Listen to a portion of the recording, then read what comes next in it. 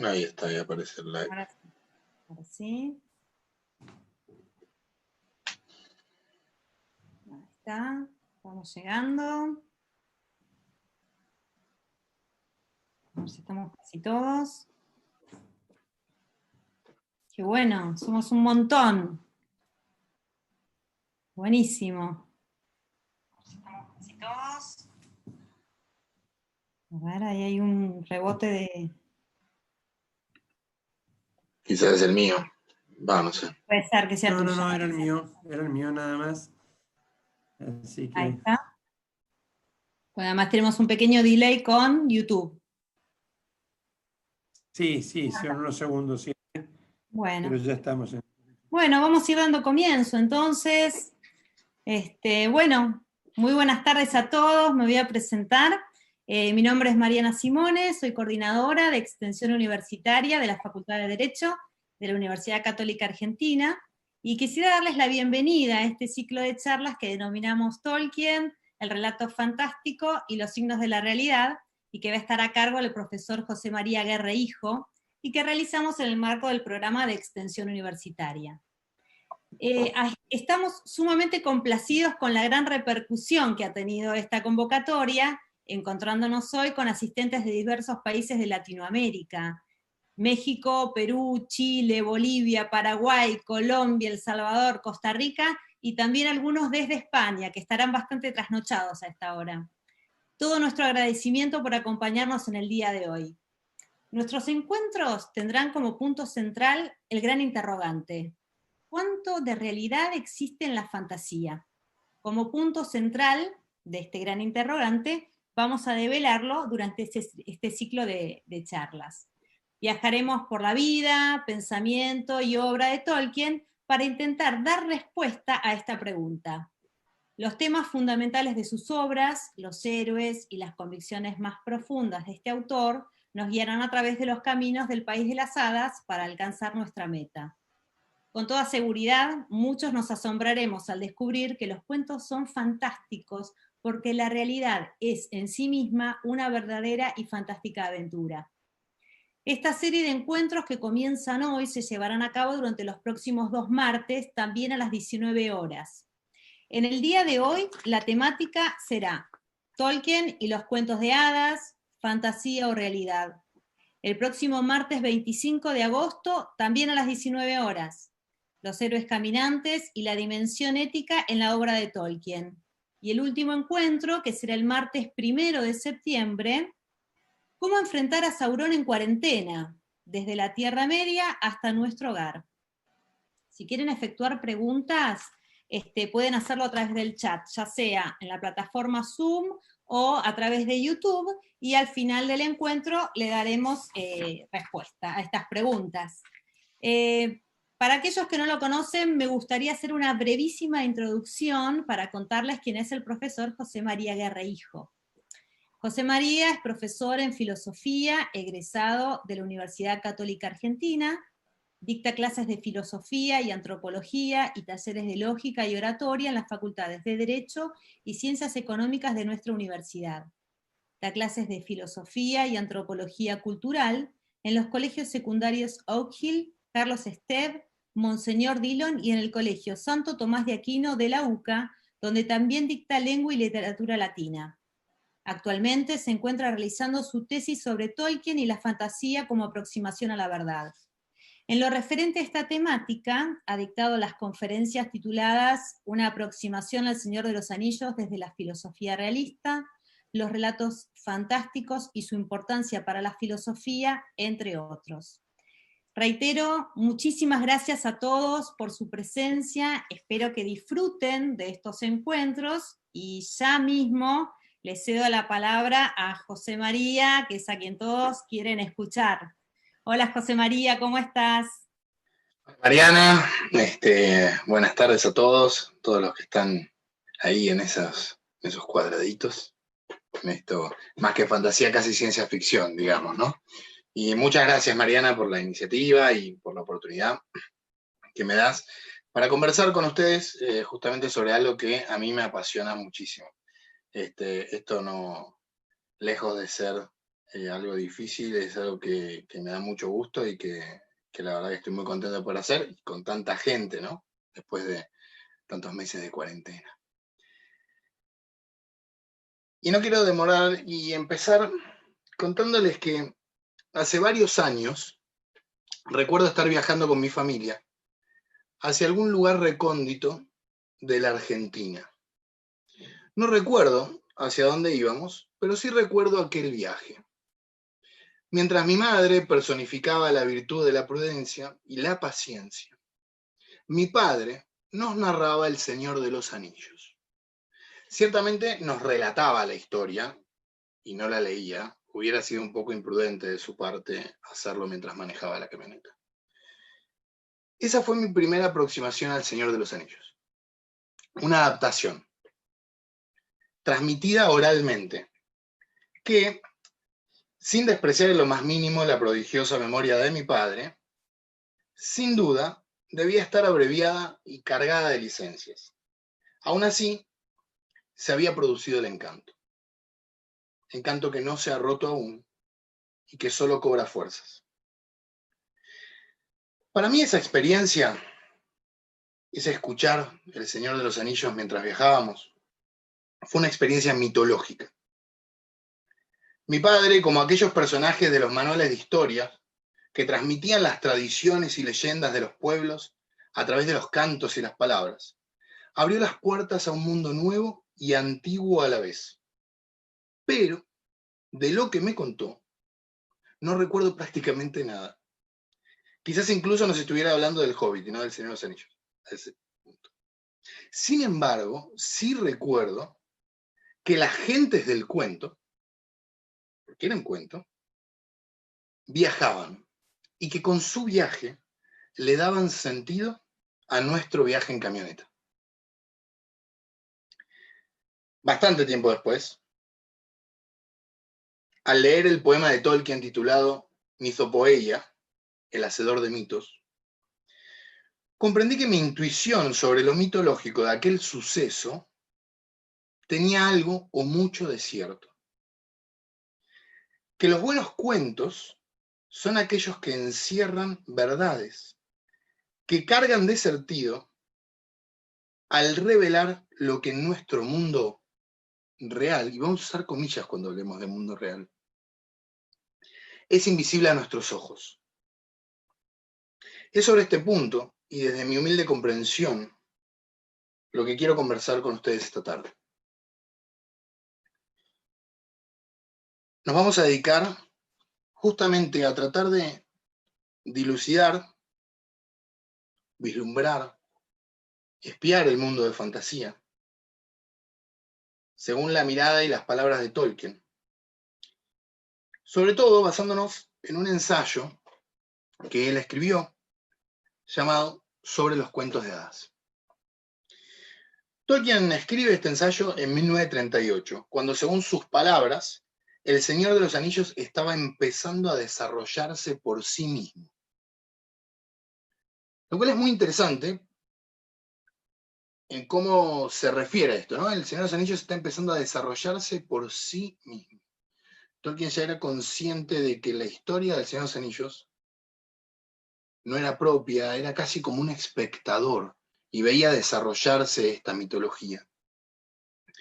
Este ensayo fue elaborado para unas conferencias y busca dar respuesta a 3 interrogantes. El primero de ellos, ¿qué son los cuentos de hadas? El segundo, ¿cuál es el origen de estos cuentos? Y el tercero, quizás el más profundo y donde nos vamos a detener, ¿para qué sirven los cuentos de hadas? Es decir, ¿cuál es su valor? Para Tolkien, los cuentos de hadas tienen muchas veces poco que ver con las hadas. De hecho, invito a que lean este ensayo porque la verdad que es fantástico. Y a Tolkien no le gusta nada las hadas. Y cuando hablo de hadas estoy hablando de las campanitas, ¿no? De las hadas chiquititas, ¿no? No es que tuviera algo en contra de Peter Pan, pero le parecía un tanto ridículo, ¿no? Imaginarnos seres minúsculos. Justamente dice no son relatos sobre hadas o elfos, sino relatos sobre el país de las hadas, es decir, sobre fantasía, y fantasía con mayúscula, ¿no? El país de las hadas. Según Tolkien, el genuino cuento de hadas es aquel que es presentado como verdadero. El reino peligroso, el reino de las hadas, es real dentro de sus confines. Chesterton, a quien Tolkien leía y estudiaba, y uno de los pocos autores que Tolkien cita con frecuencia, dice en su ortodoxia que este país de las hadas no es otra cosa que la radiante patria del sentido común. Mucho podríamos decir de estas palabras de Chesterton, y mucho nos referiremos a ellas a lo largo de este ciclo de charlas. La radiante patria del sentido común. Ese es el país de las hadas. Si las interpretamos desde una perspectiva epistemológica, el cuento de hadas implica entonces sentido común. Por lo tanto, no puede ser irracional o anti-intelectual. El cuento de hadas está profundamente ligado a la capacidad racional del ser humano y hacia su intelecto en cuanto a la capacidad de percibir, o más bien, incluso de darse cuenta que no percibe aquello que está más allá de la vida cotidiana. Cuanto más utilizamos la razón, mejor podemos adentrarnos en el mundo de fantasía. A lo que requerimos, sentido común. Por lo tanto, los cuentos de hadas son aquellos que tratan sobre el reino de las hadas y nos invitan a creer lo que en este país acontece para develar, para quitar el velo en sus confines, quitar el velo de los indicios de esas verdades más profundas de la creación de la cual formamos parte.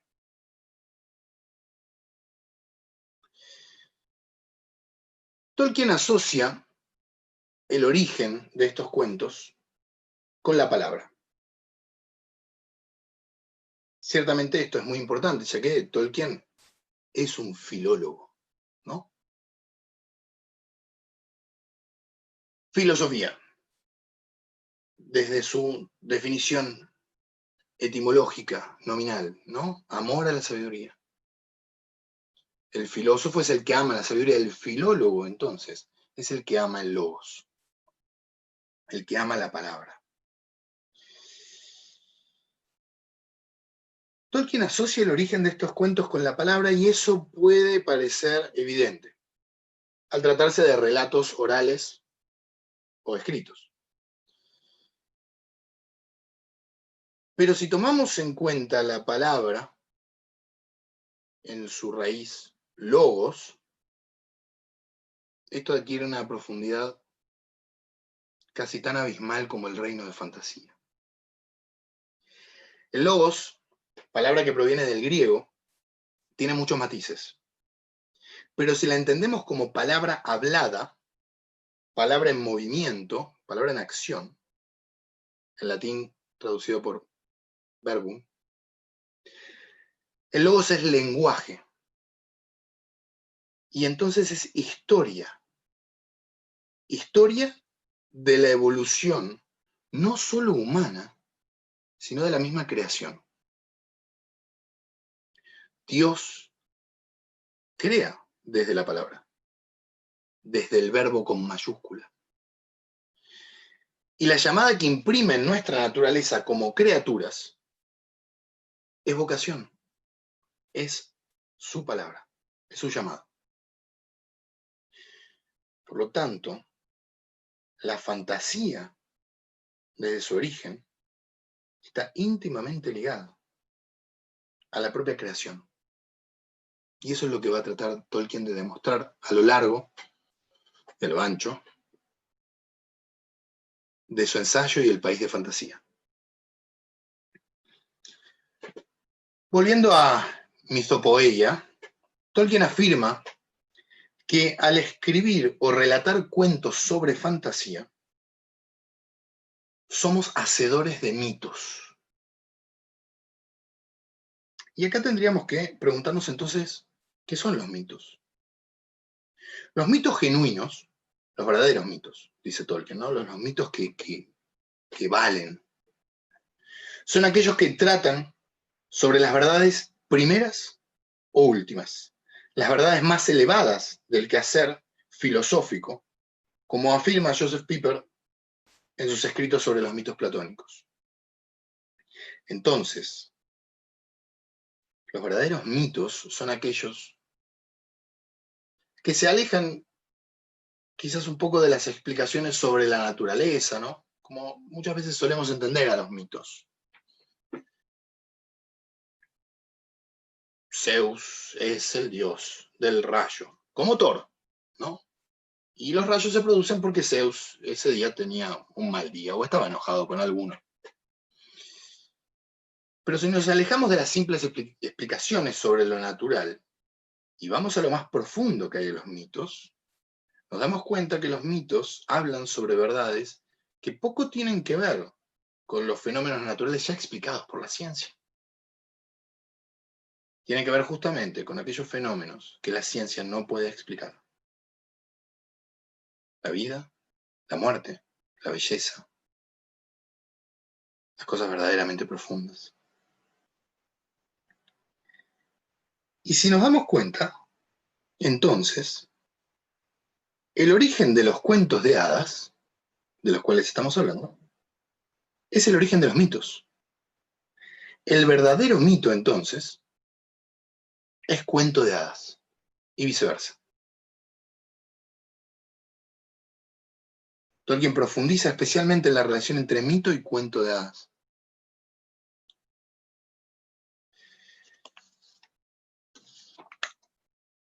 Quizás podríamos poner algún ejemplo de esto. Ok, sí, estamos acá por Tolkien y quizás podríamos poner un ejemplo desde el universo de Tolkien, pero ya que estamos hablando de mito, vamos a hacer justicia. Vamos a ir hacia algún mito. Y mientras preparaba esta charla, pensaba que hay un mito en particular que me resonaba distinto en esta cuarentena, y es el mito de Teseo y el Minotauro, ¿no? Porque creo que todos lo conocen, pero lo podemos recordar, ¿no? Teseo, ateniense, hijo de Egeo, es enviado en una misión, ¿no? Casi una misión secreta de espía, ¿no? Digna de cualquier película actual. Una especie de James Bond de la antigua Grecia. Y, por supuesto, como buena película de James Bond, se encuentra con Ariadna, ¿no? Y juntos elaboran un plan para adentrarse en el laberinto y que Teseo pueda acabar con el Minotauro y así acabar con esa tradición terrible que tenían que enfrentar los atenienses al mandar sus jóvenes hacia el laberinto. Teseo se adentra en el laberinto a buscar al Minotauro. Y es un mito que yo vengo escuchando desde que soy pequeño, y se puede interpretar de muchas maneras, ¿no? No hay una alegoría expresa, sino que justamente es un gran mito porque lo podemos aplicar a distintas situaciones. Particularmente, yo lo aplico a esta cuarentena. ¿Quiénes de ustedes no se han sentido en estos meses como en un laberinto, ¿no? Donde hay un minotauro escondiéndose ahí, dando vueltas, a la vuelta de la esquina, que quizás en cualquier momento aparece. Pero lo bueno es que tenemos el hilo de Ariadna, ¿no? Ese hilo que nos muestra la salida. Quizás sean los cables de red o la conexión Wi-Fi, que en este momento nos está uniendo para mostrarnos el camino. Quizás en algún momento haya que enfrentar al Minotauro. Y quizás tengamos que ver a algunos padecer bajo la cornada de este monstruo. El mito se renueva, nos vuelve a hablar, ¿no? Y esa es la magia de fantasía. Eso es el cuento de hadas. Los mitos o cuentos de hadas los desarrollamos dice Tolkien, porque es nuestro derecho hacerlo. Y eso a mí me encanta, ¿eh? Hemos sido creados bajo una ley. Y esta ley es la ley de haber sido creado a su imagen y semejanza.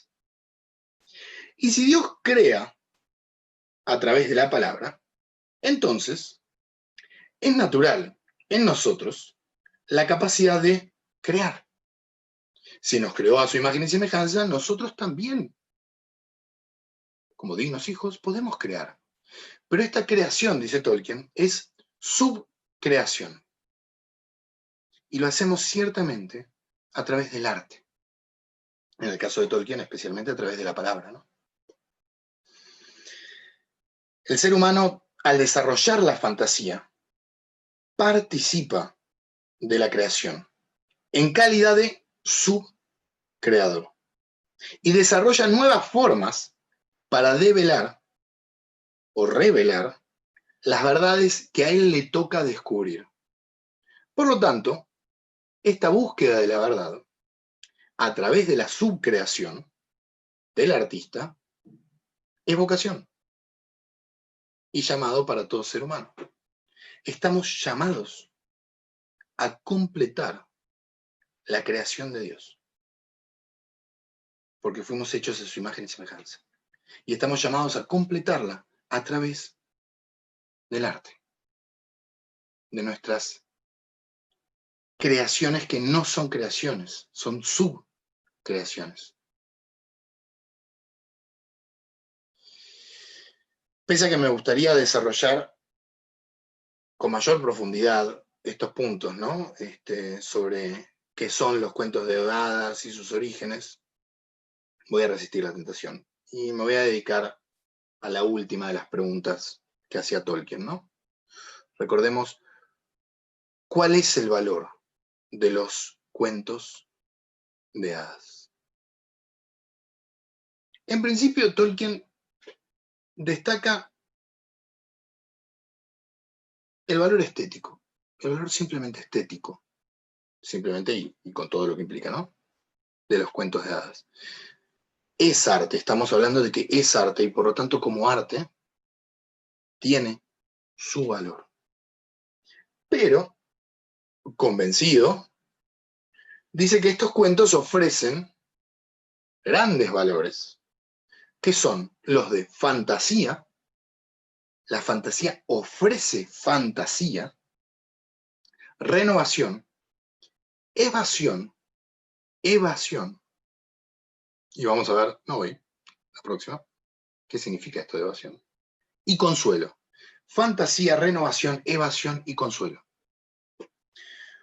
Hoy nos vamos a encargar de la fantasía, dejando para los próximos encuentros la renovación, la evasión bien entendida y el consuelo. Por lo tanto, vamos a adentrarnos un poco más en este país de las hadas o de los elfos. Para hacerlo, como viajeros preparados, tenemos que, primero, explicar dos términos que Tolkien utiliza bastante. Y creo que nos ayudan también a seguir el hilo de su pensamiento. Los términos son mundo primario y mundo secundario. El mundo primario es nuestro mundo real, con comillas. Y acá me toca explicar un poco eso. Porque, de alguna manera, Tolkien siempre dice con cuidado esto de mundo real. Porque muchas veces a lo que nosotros nos referimos como mundo real es a nuestro mundo cotidiano, ¿no? El mundo que nos rodea, el mundo que estamos acostumbrados. Pero el mundo, por ser cotidiano, porque estemos acostumbrados, no es más real. Quizás lo más real de ese mundo sean cosas que nosotros no podemos percibir, incluso porque se nos presentan como cosas cotidianas o a las que estamos acostumbrados. Quizás estamos tan acostumbrados a ver las cosas que se nos pierden otras, mucho más reales. Pero Tolkien a este mundo, ¿no? El mundo en el que estamos insertos, ¿no? El mundo del cual podemos tocar, sentir. Es el mundo primario. Y el mundo secundario, por otro lado, es el mundo elaborado por el artista a través de la subcreación, ¿no? Este artista que desarrolla un mundo, no como creador de ese mundo porque no inventa, ¿sí? Recordemos que solo Dios crea, ex nihilo, de la nada. El artista crea a partir de algo. Y es este mundo secundario, el mundo de la fantasía. El mundo que tiene una consistencia interna de realidad. El mundo de fantasía tiene una consistencia interna de realidad. Lo dijimos al principio. Dentro de los confines de fantasía hay verdad. Y ojo, porque es el reino peligroso también. Empieza Tolkien haciendo una diferenciación entre cómo entendemos a la imaginación. Y dice que ciertamente la imaginación, en primer lugar, es la capacidad de formar imágenes, ¿no? Imágenes que muchas veces, ¿sí?, podemos incluso imaginar y que no existen en nuestro mundo primario. Podemos imaginar y formar imaginaciones de cosas que incluso no existen dentro del mundo primario. Podemos imaginar pasto azul o un sol verde. Ciertamente podemos hacerlo. Y no por eso existe en el mundo primario. Pero, dice Tolkien, no podemos decir que esa imaginación sea la fantasía. Porque muchas veces, ¿no? Incluso hasta con cierto desprecio, fantasía es simplemente imaginación, ¿no? Son imaginaciones. Cuentos, ¿no? Sí, son cuentos. Pero vamos a ver qué implica esto. Tolkien distingue entre la imaginación como imaginar cosas que no existen en el mundo primario con la imaginación como fantasía. Esta última, la imaginación como fantasía, ciertamente está dotada de grandes imaginaciones. La fantasía posee, y dentro de sí hay grandes imaginaciones. Elementos que no existen en el mundo ordinario, en el mundo primario. Pero no debe perder, por ello, la credibilidad y cerrarnos los ojos a la realidad. Y esto en la obra de Tolkien es fundamental. Y creo que es una de las cosas que hace que Tolkien destaque entre otros autores de fantasía. Aquellos que han leído el libro, los libros, o aquellos que creo que incluso alcanza con ver las películas en este punto, podrán ver que el mundo de la Tierra Media, pese a estar dotado de elfos, enanos, orcos, dragones, sigue siendo un mundo muy real, ¿no? Hay leyes internas en ese mundo que invitan a la credibilidad. Y tanto es así que estos elementos nos ayudan a creer en cosas que de otra manera nos sorprenderían, o que rechazaríamos incluso. Fíjense cómo cambiaría si tan solo en el Señor de los Anillos el sol fuera verde. Ya no nos invitaría a creer en ese mundo de la misma manera en la que lo hace Tolkien. Hay reglas, hay desarrollo de imágenes que no existen en el mundo primario, pero siempre es con cuidado. No busca la fantasía cerrarnos los ojos a la realidad. En su reino, la fantasía tiene un poder profundamente dominante. La fantasía tiene poder. Cuando nos adentramos en ella, las reglas y las leyes son las reglas y las leyes del mundo secundario, y no ya las del mundo primario. Pese a que haya similitudes que nos invitan a creer, eso no quiere decir que no haya leyes nuevas que debamos conocer y a las cuales nos tenemos que someter. Cuando entramos en el país de fantasía, en el país de las hadas, entramos en las leyes del país de las hadas y estamos atados a ellas. Es por eso que muchos rechazan la fantasía. Entrar en el cuento de hadas implica sometimiento a lo que allí acontece, someternos a la verdadera magia del encanto. Y no a todos les gusta someterse. Creo que a nadie le gusta ser dominado, ¿no? Es entendible, pero acá esta distinción, ¿no? Una cosa es ser esclavo y otra cosa es ser vasallo. Una cosa es ser esclavo y otra cosa es ser siervo de un señor, ¿no? Porque así lo quiero y porque ese señor lo merece. Yo creo que aquellos que pueden entrar en el reino de fantasía, y que me imagino que son todos ustedes, y por eso están aquí, pueden reconocer el señorío de fantasía, aunque hay mucha gente que no. ¿Y por qué? Porque fantasía tiene su encanto, y la verdadera magia de fantasía es el encanto. Y me voy a detener en esto porque quiero que pensemos juntos en esta palabra, la palabra encantamiento. Según Tolkien, el encantamiento, enchantment en inglés, ¿no? Tienen raíces muy similares y por eso puedo analizarla desde el español, pese a que la obra de Tolkien es más que recomendable leerla en su idioma original. Es casi de ver. El encantamiento, según Tolkien, es la más poderosa y típica habilidad de los elfos. Y acá es donde alguno por ahí dice, bueno, los elfos hacen encantamientos, los elfos hacen magia. ¿Y cómo es esa magia? En las películas aparece en los libros. Es la magia como la magia de Harry Potter. Una varita y tiramos un rayo, que está buena, es divertida, pero es esa magia.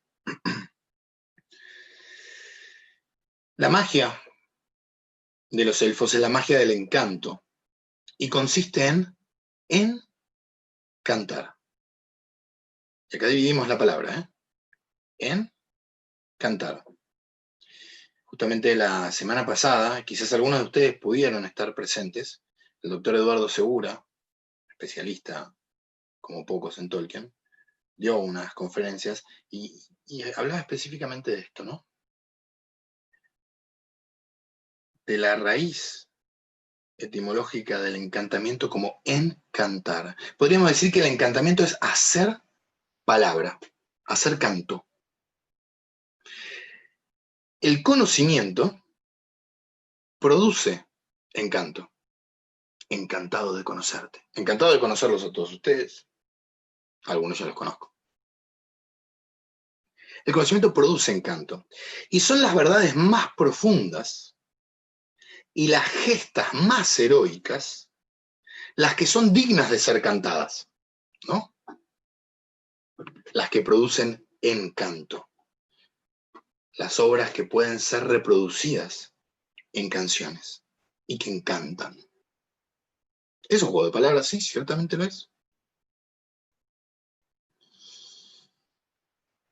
Los elfos encantan la realidad. Ese es el encantamiento, esa es su habilidad, ¿no? Según Tolkien. Dan nombres a las cosas e incluso se comunican con ellas a través del encanto. Los elfos hablan con los árboles. Los elfos para Tolkien son los artistas. ¿Sí? En la obra de Tolkien vamos a encontrar muchos artistas, ¿no? Creo que tenemos a los enanos y su trabajo de las piedras y los metales. Tenemos incluso artistas muy oscuros, ¿no? como aquel que hizo el anillo, ¿no? Pero los artistas para Tolkien son los elfos, son los subcreadores de su obra, que desde las primeras edades responden al canto, Silmarillion, ¿no? Lilúvatar, responden al canto y embellecen y continúan con ese canto que es creación. Y acá hacemos el paralelismo, ¿no?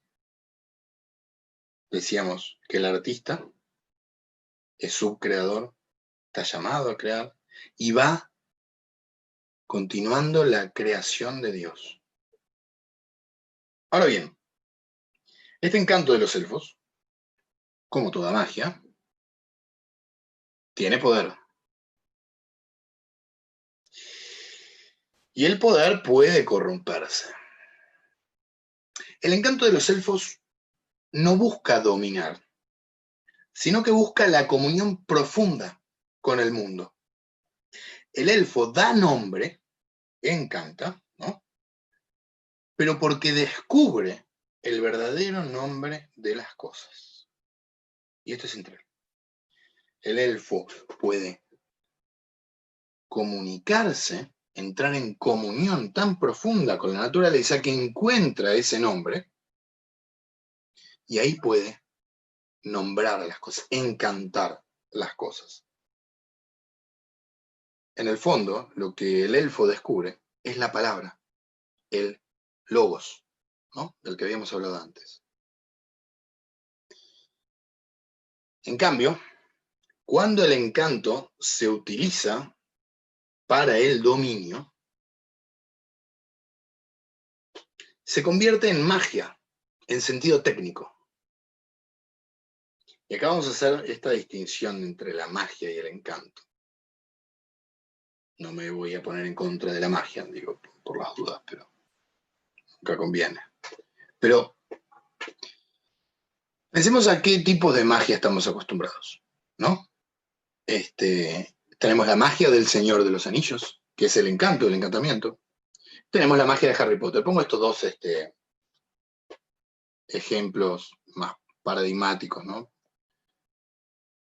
La magia de los varitas que disparan contra la magia sutil y encantadora de los elfos. Bueno, soy un poco parcial cuando hablo así, obviamente. No tengo nada en contra de Harry Potter, pero...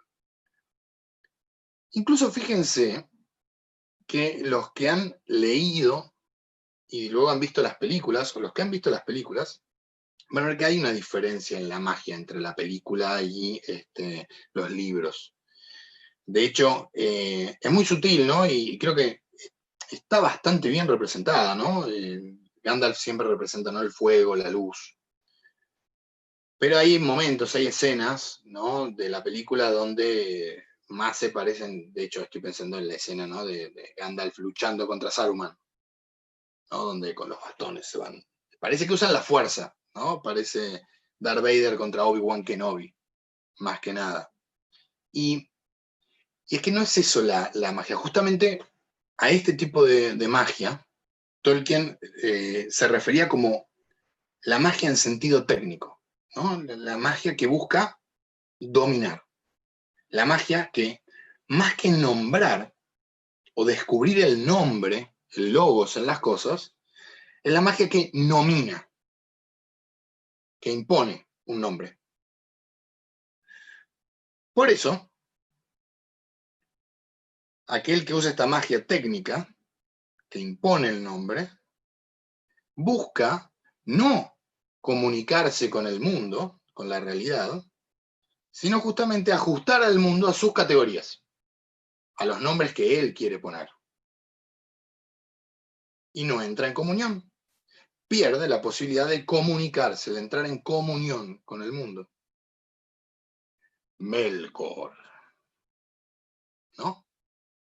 En aquel canto del Silmarillion, Melkor desentona. Melkor quiere hacer su propia canción. Y por eso, rompe la unidad con el resto de sus hermanos. No se une el canto. Por eso, fíjense que las palabras, cuando la palabra, el encanto, pasa a ser de nombrar, ¿sí? Buscar el nombre, a dominar, cuando el encanto pasa a ser dominar, fíjense lo que pasa con las palabras del anillo. Las palabras del anillo, las palabras que Sauron graba en fuego en el anillo, son palabras de dominación. Buscan dominar un anillo para gobernarlos a todos, ¿no? Pero mejor no hablemos de esas cosas acá. Y por eso Saruman, y que a mí me encanta porque es como el caso más paradigmático de esto, ¿no? Pese a que tenemos a Sauron, a Melkor, todos, a mí me rompe la cabeza Saruman. Y sobre todo las cosas que se dicen sobre él, ¿no? Bárbol reclama que Saruman ya no viene a pasear por los bosques, que Saruman ya no habla con los árboles. Saruman ahora tiene la cabeza llena de engranajes y pierde la sabiduría al romper las cosas para conocerlas. En su afán de dominar, de ejercer ese encanto dominador, que ya no es encanto, rompe la naturaleza para poder clasificarla, para poder darle nombres que se ajusten a sus propias categorías. El encanto mal utilizado no se somete al dominio de la realidad, como decíamos, ¿no? El someternos al país de fantasía. Justamente, el encanto mal utilizado busca dominar la realidad y por lo tanto se aleja de la realidad y la pervierte. Sauron también, pero Saruman, porque Sauron es como el malo malo, ¿no? Ya lo tenemos como malo desde el principio. Saruman de alguna manera nos va engañando. Saruman aprende a hacer orcos, ¿no? Aprende a pervertir. Y esto en Saruman es... Ya vamos a hablar un poquito más de esto la próxima, ¿no? Pero fíjense que Saruman era el mago que tenía el don de la palabra. Y como esa palabra se pervierte, y de alguna manera como también, ¿no? Va pervirtiendo a sus sirvientes. Recuerdan a Grima, lengua de serpiente. Saruman se termina pervirtiendo a sí mismo. Saruman, el blanco, no se conforma con el blanco. Y acá sí, los que vieron las pelis, quizás esto no lo saben, y voy a spoilear. En el libro, Saruman no se conforma con el blanco, exactamente, y se nombra a sí mismo, se nombra él a sí mismo, el multicolor.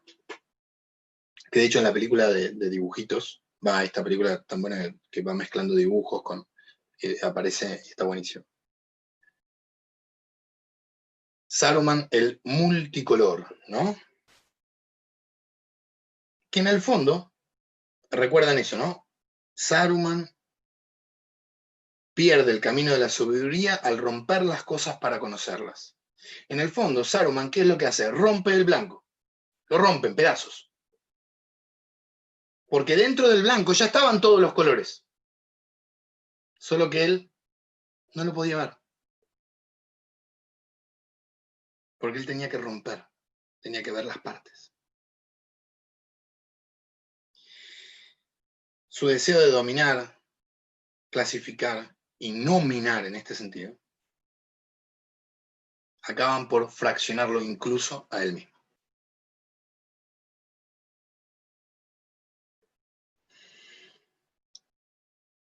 Y esas palabras, las palabras del que nomina y domina, dejan de ser subcreación, dejan de ser arte, porque no responden a lo que las cosas son o a la creación. Son palabras que pierden su dignidad de encanto. Gandalf mismo nos muestra esto al no querer leer la lengua de Mordor, ¿no? No es digna de ser cantada. Son palabras no dignas, que no merecen ser recordadas, aunque se impongan a fuerza y fuego. Ahora bien, acercándonos ya al final de nuestro primer ciclo. Bueno, sí, ahí voy leyendo algunos comentarios que van apareciendo. Pero al final vamos con eso. Creo que, y lo creo profundamente, que este es uno de los valores más grandes que puede aportarnos la fantasía, o el reino de fantasía. Justamente el concepto de encanto. El verdadero encantamiento, que implica conocer la realidad, y al conocerla, entrar en comunión con ella, para descubrir o develar, de nuevo, ¿no? Correr el velo, a las verdades más profundas. Poner en palabras y cantar sobre la objetividad de lo real y el bien trascendente que hay detrás de la realidad. Encontrar la creación detrás de la subcreación.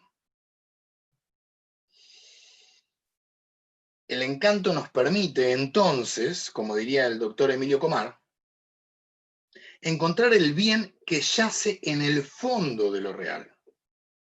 Ese bien que se desprende de su creador y que muchas veces se nos oculta por la caída y la rebelión de las criaturas libres. El encanto es profundamente optimista frente a lo real. Busca justamente eso, ensalzar, hacer canciones sobre el fondo bueno de la realidad. La verdadera magia de fantasía, entonces, es esperanza. La esperanza de que hay algo más en este mundo que es bueno y que está ahí esperando para que podamos cantarlo.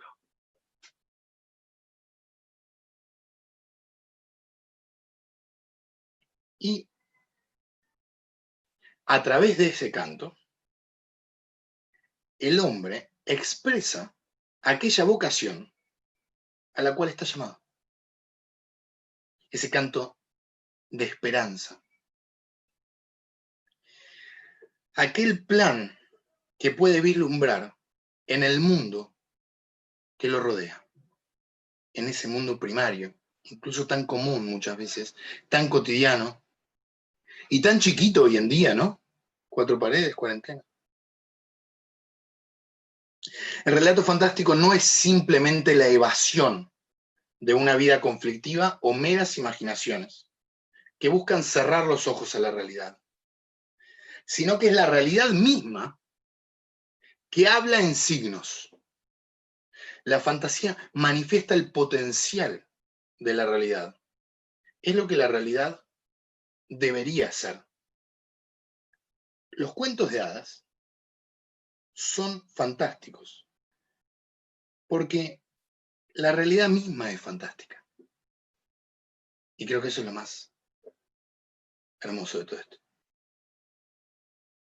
Los cuentos de hadas son fantásticos porque la realidad misma es fantástica. Estamos atravesando tiempos oscuros, de enemigos invisibles, que como espectros del anillo parecen estar siempre a la vuelta de la esquina. Pero es sobre todo en estos tiempos donde debemos encontrar y hacer el esfuerzo de encontrar el encanto de lo real. Es en los tiempos difíciles donde brota la esperanza y los héroes se miden. Y hay signos de esa esperanza, ¿eh? Incluso en los tiempos difíciles hay signos de esa esperanza. Si no, veamos esto. Que esta enfermedad nos haya unido al punto de estar reunidos aquí, gentes de todo el mundo, porque hay gente de todo el mundo, enfrentando un padecimiento común y entrando en comunión. A mí me hace emocionar profundamente, ¿eh? Y sobre todo me hace entender el verdadero significado de aquella comunión, de aquella comunidad del anillo, que como nosotros hoy, se reunió sin importar la distancia o las diferencias, para mantener viva la esperanza. Del quehacer de los héroes y las verdades que sus fantásticas acciones encierran, vamos a hablar en nuestro próximo encuentro. Pero déjenme despedirme hoy con unas palabras de Theoden, unas palabras que el rey de Rohan le dedica a Aragorn cuando todo parecía perdido en el abismo de Helm. Theoden le dice: cabalgarás conmigo tú, hijo de Arathorn. Quizás nos abramos paso o tengamos un final digno de una canción. Y nosotros cabalgaremos junto a Theoden. Enfrentaremos estos tiempos siendo dignos de canciones. Reconoceremos la llamada y nos uniremos a su voz. Me gusta pensar que cuando pasen los años, quizás esté manejando por la ruta hacia algún recóndito lugar de la Argentina y podré cantarle yo a mi hijo las canciones sobre todos ustedes que en un mundo enfermo, hablando de elfos y fantasía, mantuvieron la esperanza. Muchas gracias. Excelente, José María, muchísimas gracias. La verdad que qué linda toda tu exposición, pero bueno, me encantó este final, ¿no? Tan esperanzador, tan lleno de este positivismo que transmitís vos. Así que bueno, me siento parte de esta comunidad del anillo que venimos a mantener la esperanza, ¿eh? Muy lindo, me encantó ese final y cómo has puesto este broche. Así que bueno.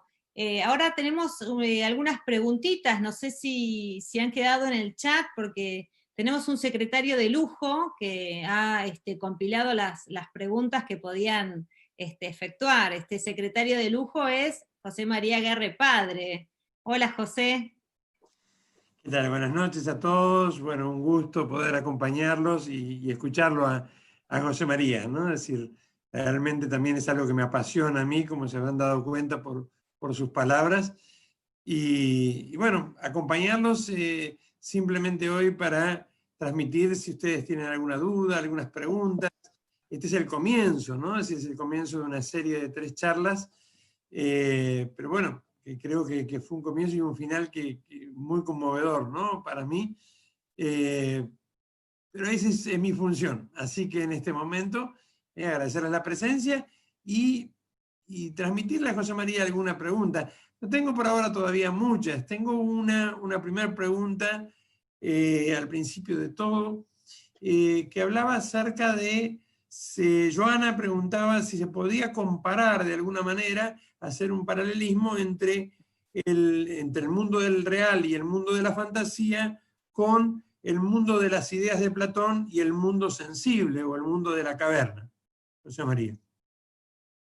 Muy bien, perdón, no escuché quién la había preguntado. Joana. Joana, muy bien. Gran pregunta. De hecho, hace creo que una hora estaba leyendo una de las cositas que que estaba preparando, y lo primero que pensé fue, esto es Platón. Pero bueno, ciertamente hay mucho de platónico en todo esto de la fantasía, ¿no? Sobre todo, creo que hay un paralelismo muy grande al buscar, como decía Platón, ¿no? Las ideas para Platón son reales, ¿no? Las ideas tienen existencia, ¿no? Existen en un mundo aparte. Y quizás cuando nosotros nos ponemos a hablar sobre el mundo de fantasía, este mundo secundario, el mundo subcreado, y hablamos de que hay realidad en ese mundo, podemos hacer esa analogía, ¿no? Ahora, en el fondo, más allá de ese platonismo, yo personalmente creo que hay más aristotelismo, o tomismo en realidad, ¿sí? que platonismo. Sí, yo creo que la analogía está, y si vamos a la alegoría de la caverna, creo que la alegoría de la caverna en el fondo fue pensada por Platón como un mito, ¿no? Es un mito alegórico, ¿no? Que tenía él lo utilizaba para explicar justamente algo, tenía un sentido, algo con lo que Tolkien no sé si hubiera estado tan de acuerdo, pero que justamente lo piensa como un cuento, un mito, es un cuento de hadas, la alegoría de la caverna, en otras palabras también. Y creo que podemos hacer muchos paralelismos entre el mundo de fantasía y ese mundo de las ideas en el exterior. Solo que quizás la diferencia es que no tenemos que quedarnos con que quizás existen los elfos en algún lado, y sino ver qué es lo que el artista, en este caso Tolkien, ¿no? Cuando habla de los elfos, nos está queriendo decir de nuestro mundo, de las cosas que nosotros quizás no estamos viendo en nuestro mundo y que son fantásticas. Lo que pasa es que nos las perdemos porque estamos acá en el Zoom, ¿no? Atados a tener que estar en computadoras, pero que en realidad están ahí. Y quizás, esto es muy lindo en El Señor de los Anillos, porque cuando llegan a la marca, ¿no? Aragorn, Legolas y Gimli, y los detienen los jinetes de Rohan, ¿no? Entre ellos Éomer. Bueno, un poco que les preguntan de dónde vienen, y hablan que vienen de los Lórien, ¿no? Del bosque de Lórien, donde está Galadriel. Y los jinetes se quedan con, estas cosas son leyendas, ¿no? Estas cosas no son reales. Y Aragorn responde algo, ¿no? Que es, ya el verde del pasto es material para una leyenda, ¿no? Y con eso Tolkien nos quiere decir eso de nuevo, ¿no? La realidad misma es la materia para la leyenda, es la creación. Por eso nosotros somos subcreadores y hacemos mitos, hacemos cuentos para entender mejor eso, que lo fantástico es el pasto, en realidad, ¿no? Y tener lugares con pasto. Y si no me creen, piensen en todos los que, como yo, estamos encerrados en departamentos y no tenemos pasto. Y ahí sí, ¿no? Empezamos a decir qué fantástico que era el pasto. No sé si respondí. Relacionándolo con esto último, José María, y pasando a una pregunta de YouTube, ¿no? Es decir, estamos transmitiendo por ambos caminos, por ambos canales, ¿no? Es decir, realizando justamente con esto último, Ana Vicente pregunta, ¿qué es lo élfico de nuestra realidad? ¿Qué es lo élfico de nuestra realidad? Un poco yo creo que contestaste, pero también creo que tiene otro sentido la pregunta que trasciende eso mismo. ¿Sí? Bueno, es que justamente lo élfico, a ver, hacemos la diferenciación. Si vamos a lo férico, ¿no? Lo élfico como lo de las hadas, lo fantástico, la fantasía, bueno, ahí justamente todo lo que veníamos hablando, ¿no? El encantamiento, la capacidad que tenemos nosotros de encantar. De hecho, los elfos, como decíamos recién, para Tolkien son los artistas, son aquellos artistas quizás puros artistas, ¿no? Más hasta en una categoría jerárquica, ¿no? Más con capacidades artísticas más elevadas que las de los seres humanos, porque estuvieron más cerca de ese canto, estuvieron más cerca de esa, según el Silmarillion, ¿no? Más cerca de ese canto primigenio. Pero en otras palabras, Tolkien lo que está diciendo, ¿no? Y acá tengo mucho cuidado, porque si me pongo a decir lo que Tolkien está diciendo con esto, estoy entrando en la alegoría y quiero destacar que esto es aplicabilidad, ¿no? Estoy tratando de aplicar. Y yo creo que justamente es en el espíritu artista, ¿no? En el espíritu del artista, pero el espíritu del artista entendido como esto, ¿no? Aquel que puede contemplar la realidad, ¿no? Contemplar las cosas, buscar lo más profundo que hay ahí, ese bien, eso subyacente, esa verdad que hay atrás, ese logos, y elaborarlo. ¿Cómo? Tolkien elige la palabra. Dice que la palabra es el mejor medio para la fantasía, pero la pintura, el cine, hay distintos medios para elaborar, ¿no? Lo élfico, podríamos decir. Aunque Tolkien en sus elfos dice que se produce el encanto a través de la palabra. Bien. Voy entremechando preguntas, ¿no? Es decir, en el tiempo que tenemos. Emiliano Brunetti, también en YouTube, dice, ¿implica el uso de la magia en su sentido técnico la ausencia de arte? ¿O al revés? ¿Es únicamente arte cuando la conexión con la naturaleza se da mediante el encantamiento? Bueno, es que yo creo que ahí en esas mismas palabras está la respuesta. Justamente si buscamos diferenciar un poco, dos cosas que siempre parecen estar muy de la mano, ¿no? Arte y técnica.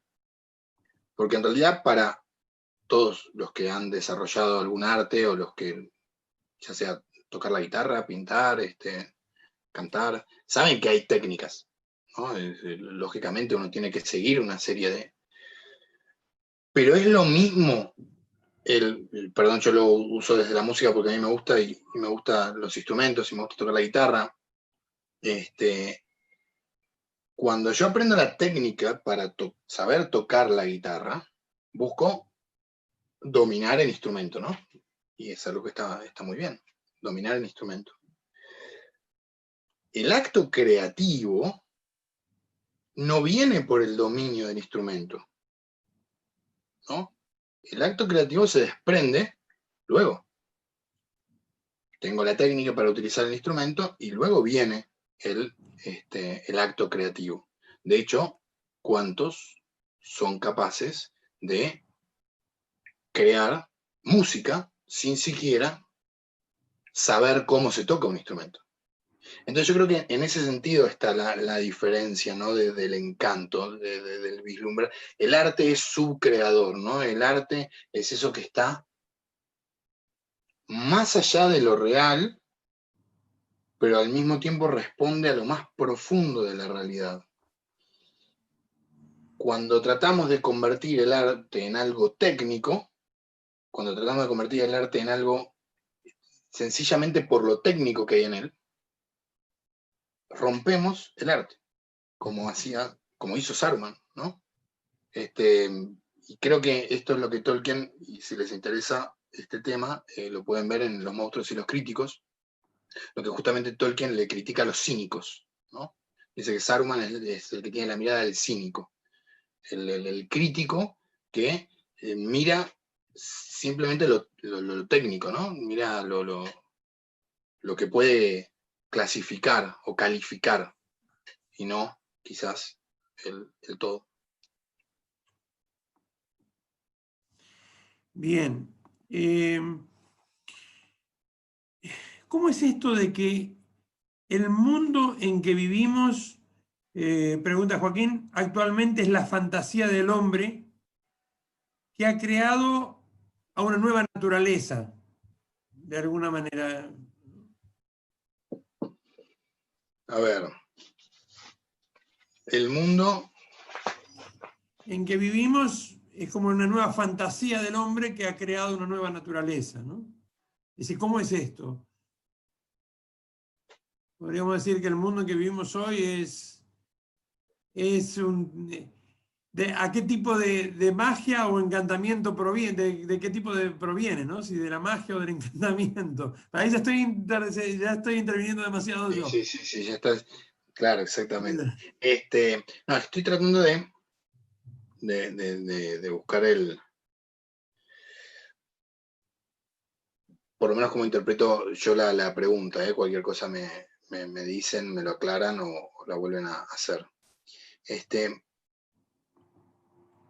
Ciertamente, en base a la fantasía que va desarrollando el ser humano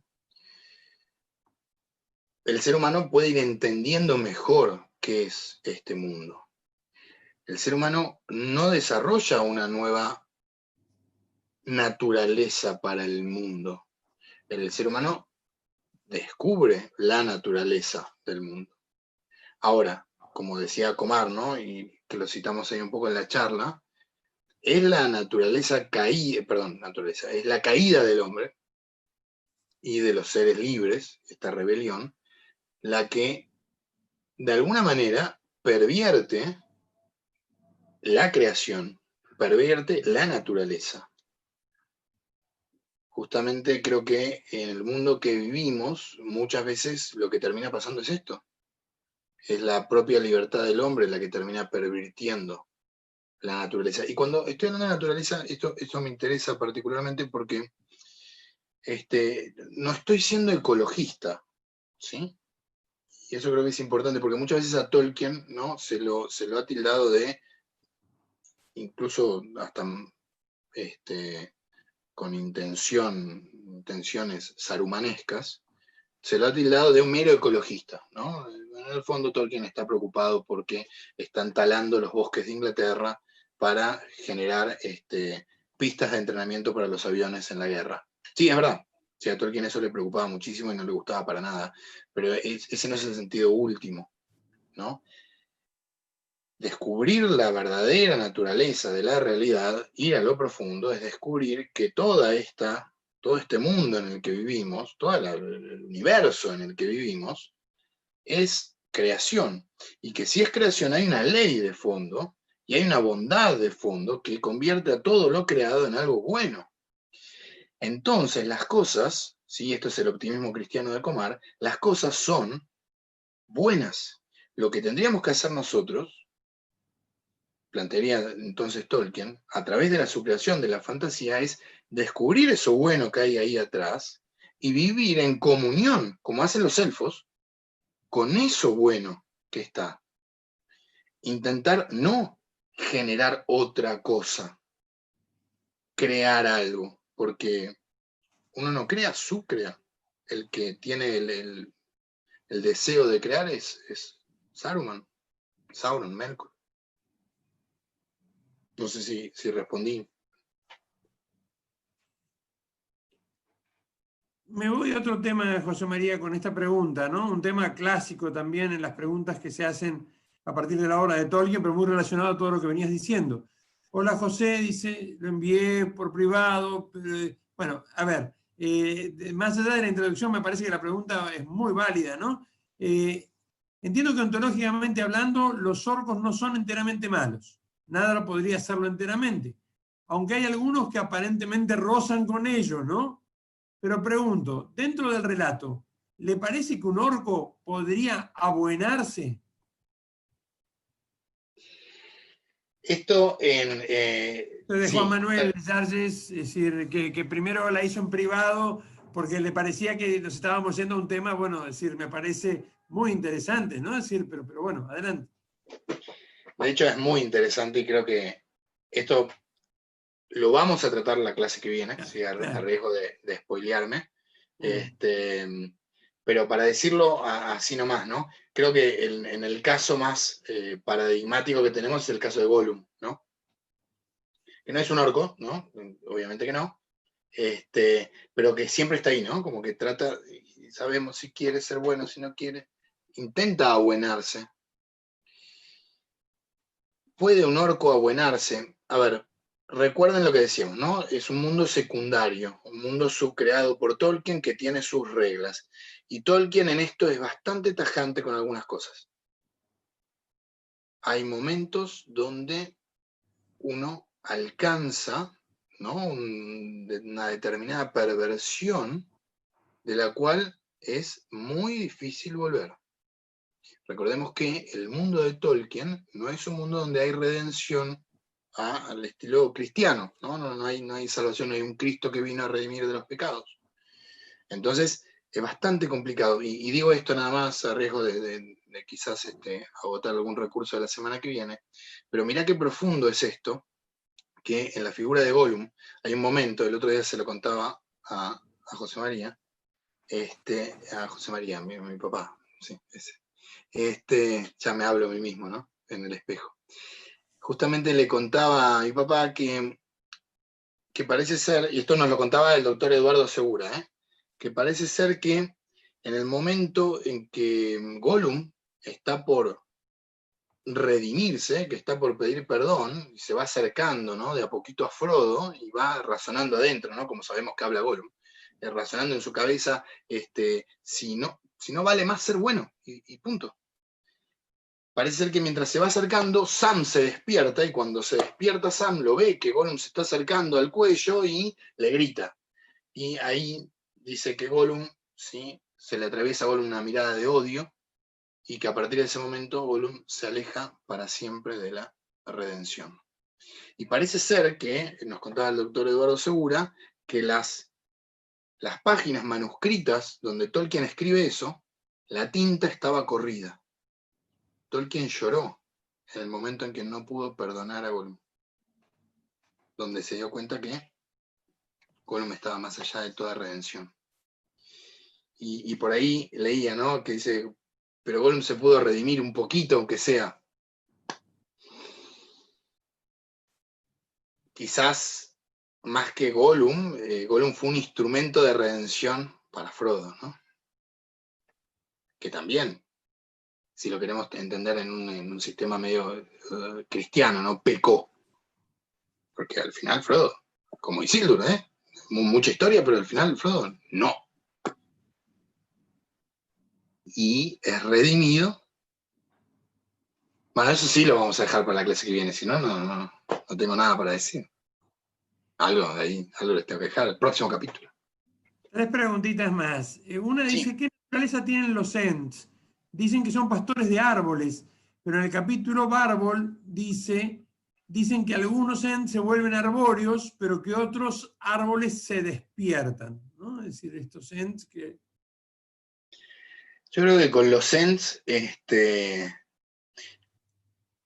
este tipo de charlas siempre hay 2 preguntas. Que la otra, me parece raro que todavía no haya aparecido. O se pregunta por Tom Bombadil o se pregunta por los Ents, ¿no? Y creo que eso es lo lindo. Porque creo que son las cosas que Tolkien va dejando ahí como para decir, siempre va a haber alguien que se pregunte por Tom Bombadil o por los Ents. Quizás Tom Bombadil incluso es un poco más misterioso, ¿no? Pero los Ents también tienen toda esta cosa de misterio. Los Ents, en su origen, ¿no?, son esos árboles que el encanto de los elfos fue despertando. Pero de alguna manera, al mismo tiempo, son tan antiguos como la historia misma. Por eso, los Ents son los que le dan tanta importancia a la palabra, al límite de hacer perder la paciencia, ¿no?, a Merry y a Pippin, ¿no?, que se apuren, que hablen más rápido.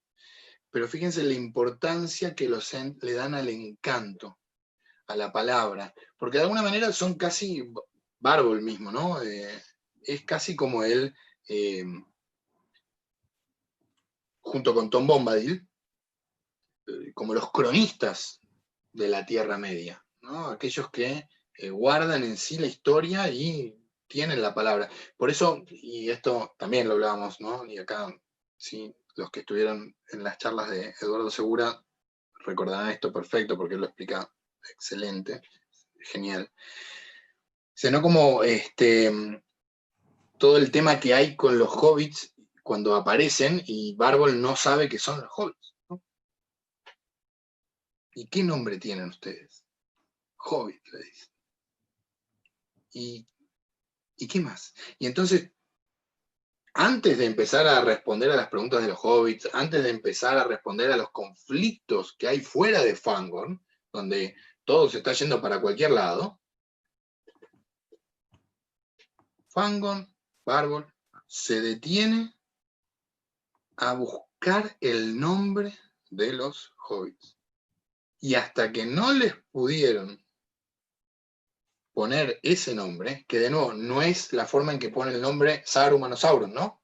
Es encontrar el nombre que tienen esos hobbits. Hasta que no hacen eso, no continúa la historia, ¿no?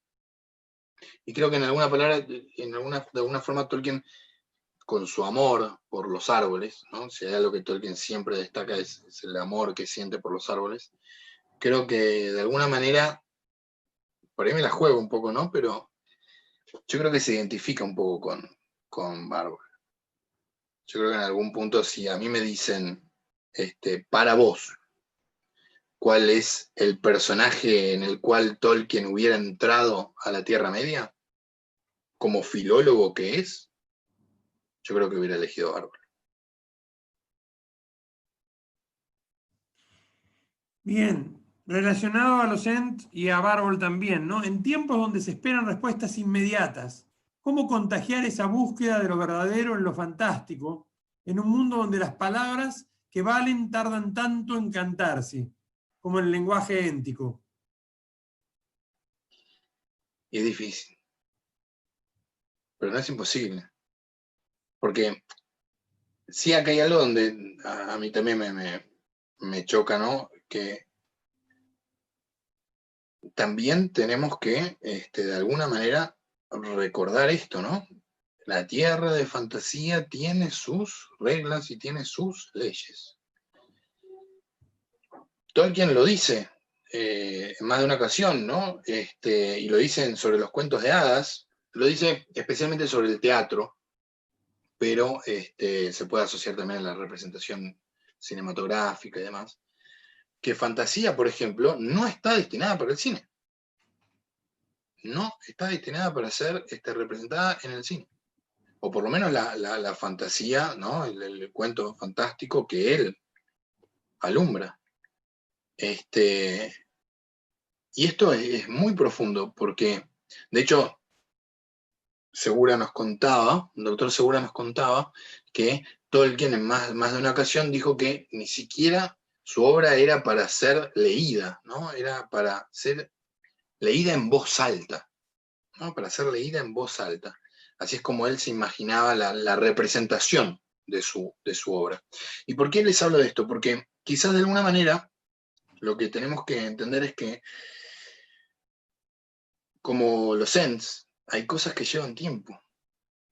Y por ahí, esa es la gran dificultad que muchas veces enfrenta la fantasía o el país de las hadas o lo fantástico, que en este mundo donde cada vez hay menos tiempo, hay menos gente que se anima a tomarse ese tiempo.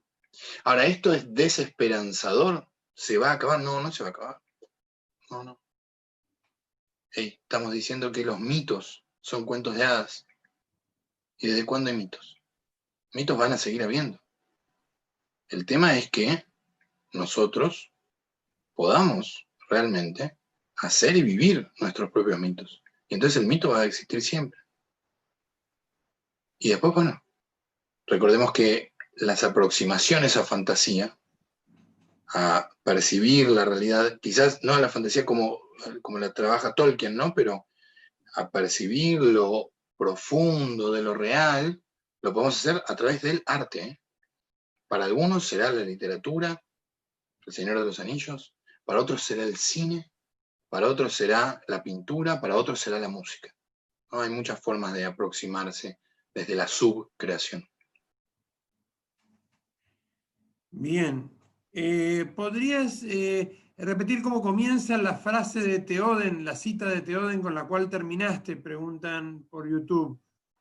Sí, por supuesto. De hecho, ¿cómo termina? ¿Cómo empieza? ¿Cuál es la frase de Theoden, no? Sí. Yo la corté un poquito, le saqué el final, pero dice así, para que no quiero versear. Lo estoy buscando en el apunte. Dice, cabalgarás conmigo, tú hijo de Arathorn. Quizás nos abramos paso o tengamos un final digno de una canción. Pero no termina ahí esa frase. Theoden agrega algo más y dice, incluso, ¿no? Aunque ya, no estoy ahora, no la sé de memoria, ¿no? Pero dice algo así como, incluso cuando ya no haya nadie, quizás ya no haya nadie que cante las canciones. Entonces, pese a que ya no quede nadie, es decir, que los orcos y los Uruk-hai, ¿no? Que están ahí fuera del abismo de Helm, nos pasen como una marea por encima y nos derroten, igual que nuestros actos sean dignos de una canción, aunque no haya nadie para escucharla, ni para repetirla. Eso es coraje. Ya vamos entrando en el final, por una cuestión de tiempos. Hay una pregunta que dice, bueno, hay una que contesto yo brevemente, ¿se podrá ver en YouTube nuevamente esto? Sí, es decir, va a quedar todo, es decir, en YouTube, así que van a poder verla o compartirla con quien quieran la charla que vieron hoy. Esa es una respuesta muy sencilla y que puedo dar yo. Una pregunta que me pareció un poco retórica y un poco cómica, sino tragicómica, dice, Saruman podría ser un político argentino, pero bueno, no esperamos una respuesta de esa pregunta, simplemente para darle un toque de reflexión al asunto. Y la última pregunta dice así, en este encanto del que hablabas, ¿no? En ese encanto, el cual implica conocer la realidad y entrar en comunión con ella, es donde el hombre puede encontrar el sentido y la vocación a la cual está llamado. Ciertamente. Es que, a ver, sin ir muy lejos, en lo personal, a través del encanto que a mí me produce la fantasía y de los cuentos fantásticos, a mí, como cada uno lo hará, el arte que elija o la manera, a mí personalmente la fantasía me habla profundamente, me encanta este sentido de la palabra profundamente, y yo decidí la elección de mi carrera, pese a que mi papá y mamá son filósofos, me quise escapar estudiando ciencias políticas al principio y me cambié a filosofía por leer relatos fantásticos. Justamente la vocación, el llamado, ya sea ese llamado a la trascendencia y a la santidad, ¿no? El llamado, o la vocación a qué lugar ocupo yo, o qué lugar voy a ocupar yo en este mundo, y qué voy a hacer con esos dones. Por supuesto que se pueden descubrir a través de la fantasía, en mi caso, o de buscar esas verdades profundas. Porque en el fondo, y ahí es donde Aristóteles lo dice, ¿no? El filomitos, el filómito y el filósofo son primos hermanos, ¿no? El que ama los mitos y el que ama la sabiduría tienen mucho en común, porque los mitos, o la fantasía, por ejemplo, buscan las verdades más profundas de la realidad, como lo hace el filósofo, las causas primeras o últimas. Entonces, en el fondo, es una búsqueda, pero que da respuestas sobre las cosas más importantes de la vida, sobre las cuales no podemos permanecer pasivos. ¿Cuál es el sentido de la vida? Está escondido ahí. No es que no existe, está escondido ahí. ¿Dónde? En la realidad. ¿Y cómo nos acercamos a eso? Quizás algunos a través de la filosofía, quizás algunos a través de los cuentos. Yo pido disculpas porque no estoy acostumbrado a este rol, es decir, como se darán cuenta, y me voy salteando algunas preguntas o el nombre de algunos de los que hacen las preguntas, y entonces, bueno, sepan que después también chat de YouTube y en el chat que le va a llegar a José María, él va a poder leer las preguntas que han quedado pendientes para que en el próximo encuentro también se puedan incorporar. Eso quiero aclararlo. Emiliano Brunetti continuó con la pregunta sobre el tema del arte y de la magia. Sí, puede haber arte cuando se utiliza la magia, pero yo después, creo que José María lo va a seguir profundizando, yo creo, hay una pregunta de Francisco Bosca que aclara que no sabe muy poco sobre la temática de Tolkien en particular, pero a ver, José María, si en 1 minuto, aunque sea 2 minutos nada más brevemente, podrías contestar esta pregunta que llevaría una charla entera a contestarla, ¿no? Es decir, pero dice así, pero es un desafío. Dice, ¿de dónde saca toda la terminología Tolkien? ¿A qué se deben los nombres? ¿Son todos inventados? Elfos, hobbits, dice, etcétera. ¿Cuáles son las influencias, no? Es decir, bueno, en brevísimo tiempo, pero sí. Antes me habían preguntado por la película en dibujitos, ¿sí? La película en dibujitos es, y dibujitos es una forma de decir, porque en realidad tiene una técnica de realmente arte subcreativo, porque son seres humanos filmados que después se van ilustrando. Es la película de Bakshi, es de 1978, ¿sí? Esa es la película que normalmente la llamamos como la película en dibujos animados, pero que tiene mucho más que eso. Y un dato curioso, y ahora voy a responder esa pregunta, cuando a Tolkien le han preguntado si en algún momento quería alguna representación en el cine, a Tolkien le hubiera gustado que fuera en dibujitos animados, porque dice que eso podía representar mejor, ¿no? las imágenes de fantasía y evitaría los documentales de making of, ¿no? Del cómo maquillamos a los orcos, porque en el momento en que aparece un documental de cómo maquillamos a los orcos, ya los orcos no son orcos, son tipos, cinturones negros de artes marciales, sí, los Uruk-hai eran todos tipos gigantes, que ya no son orcos, y en la película dejan de ser orcos, y empieza a perderse esa credibilidad, ¿no? En fantasía. Bueno, la terminología de Tolkien, ¿no? Si estamos hablando de las lenguas de Tolkien, los lenguajes a ver, en realidad el tema es así. Tolkien es filólogo, ¿no? Tolkien es un amante realmente de la palabra, del logos, en muchas de sus expresiones. De hecho, Tolkien manejaba 20 idiomas, ¿no? Estamos hablando de alguien que le gustaban los idiomas. Y creo que justamente lo más importante de todo esto, que hoy no lo mencioné porque obviamente, como decía mi papá, ¿no? Esto podría dar para toda una charla entera. Lo central acá es que Tolkien desarrolla todo su mundo secundario, su mundo subcreado, a partir del lenguaje, y no al revés. Y esto es muy interesante porque Tolkien se da cuenta que si él quiere desarrollar un lenguaje, un idioma, recuerden esto, ¿no? El logos, palabra hablada, es lenguaje y es historia.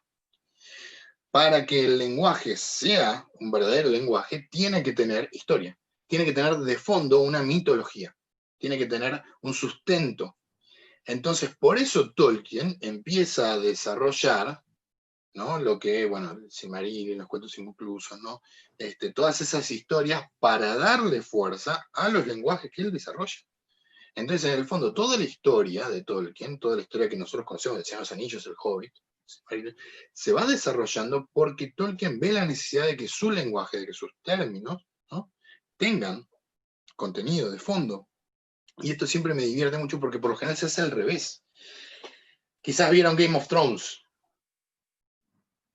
En Game of Thrones, en la primera temporada, aparecen los Dothraki, ¿no? Dothraki o algo así, ¿no? Khal Drogo, ¿no? Y todos esos tipos que andan a caballo. Y justamente uno de los grandes logros de la producción, que la producción dice, no, una de las mejores cosas que hicimos en todos estos años fue inventar el lenguaje Dothraki. Porque se dieron cuenta que la forma que había de hacer a estos tipos que andan a caballo, sin remera y con tatuajes y trenzas, la forma de hacerlos más exóticos era darles un lenguaje, ¿no? una habla especial, extraña, y lo desarrollaron con ayuda de él, obviamente, ¿no? Del escritor y todo, pero para la serie, para que fueran más exóticos, ¿no? Y fíjense lo distinto a lo de Tolkien. Tolkien al revés, empieza a desarrollar sus lenguas, su lenguaje, y se da cuenta de que necesita historia. Y por eso es que él dice que el Señor de los Anillos se desarrolla solo, en el fondo. Porque es como el lenguaje. El lenguaje sigue evolucionando, sigue, se desarrolla y se va. Y así mismo es la historia de Tolkien.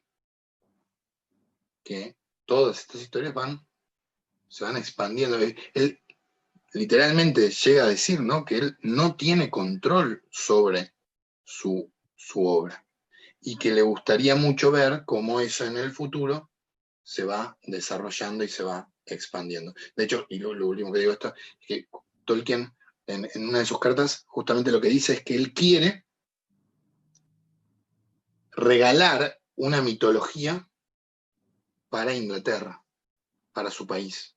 Y que el origen de todo esto es que lo que quería de fondo es regalarle una mitología antigua, una mitología de érase una vez, ¿no? Que buscara suspender la credibilidad de esto, ¿no? Del decir, bueno, no importa el momento o el tiempo en el que fue, pero que sirviera justamente para eso, para dar un sustento a las historias propias de su país.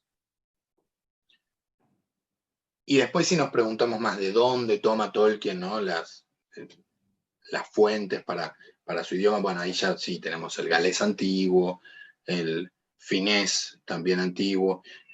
A Tolkien le gustaba lo antiguo. De hecho, Tolkien ha sido lo primero que por lo que es reconocido en el ambiente académico, ¿no?, son por traducciones que él hace y trabajos que él hace sobre justamente algunos relatos que estaban escritos en lenguas que ya eran antiguas, ¿no? Bien, ya estamos muy pasados en tiempo, me tomo una licencia debido a que soy tu padre, pues en realidad yo tengo nada más que hacer, pasar las preguntas. Y eso lo dice Darth Vader. Comparto lo que pone alguien en YouTube para todos aquellos que están en Zoom y que no lo han podido leer, ¿no? La transformación cotidiana del agua en vino, milagro eterno, merced a la lluvia vertida sobre el campo y al permiso de Dios sobre la mano del hombre, es fantasía que contemplada encanta.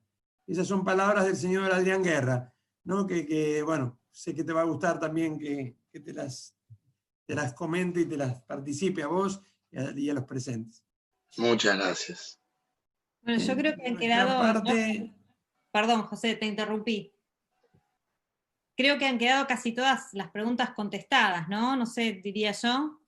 Pido disculpas si ha quedado algunas han quedado sobre el final, sobre la película, pero las puede retomar José María. Sí. Si es verdad, sí, que Tolkien no quiso que Disney hiciera las obras. Bueno, es decir, creo que las podemos retomar en el próximo encuentro también.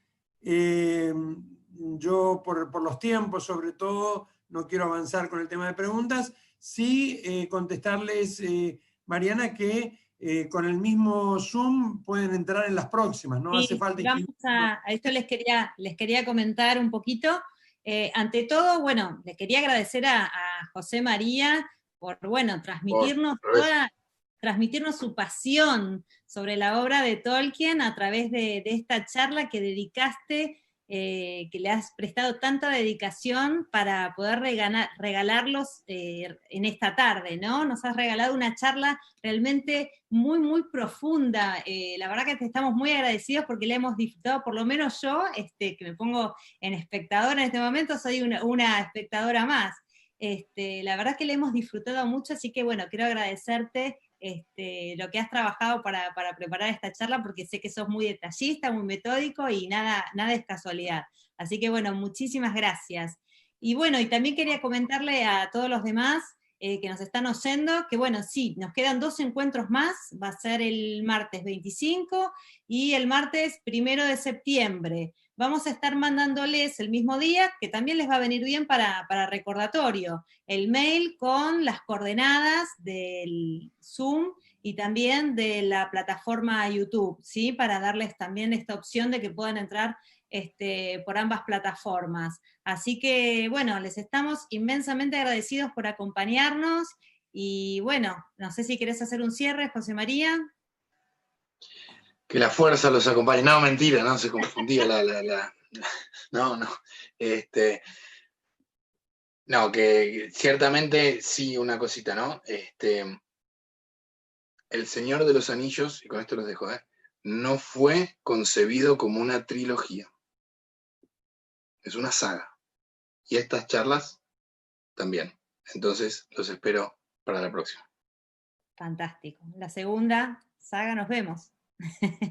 Buenísimo. Bueno, muchísimas gracias a todos, y bueno, los esperamos el próximo martes a las 19 horas, ¿sí? Los esperamos a todos, no se olviden, vamos a estar mandándoles el mail. Si algún amigo que saben que les gusta, que estaría interesado y no se inscribió para esta primer charla, lo puede hacer para las siguientes, ¿sí? Ustedes ya están inscriptos, pero si hay alguien que esté interesado, por favor, al mismo link de inscripción se puede inscribir, y son bienvenidos todos.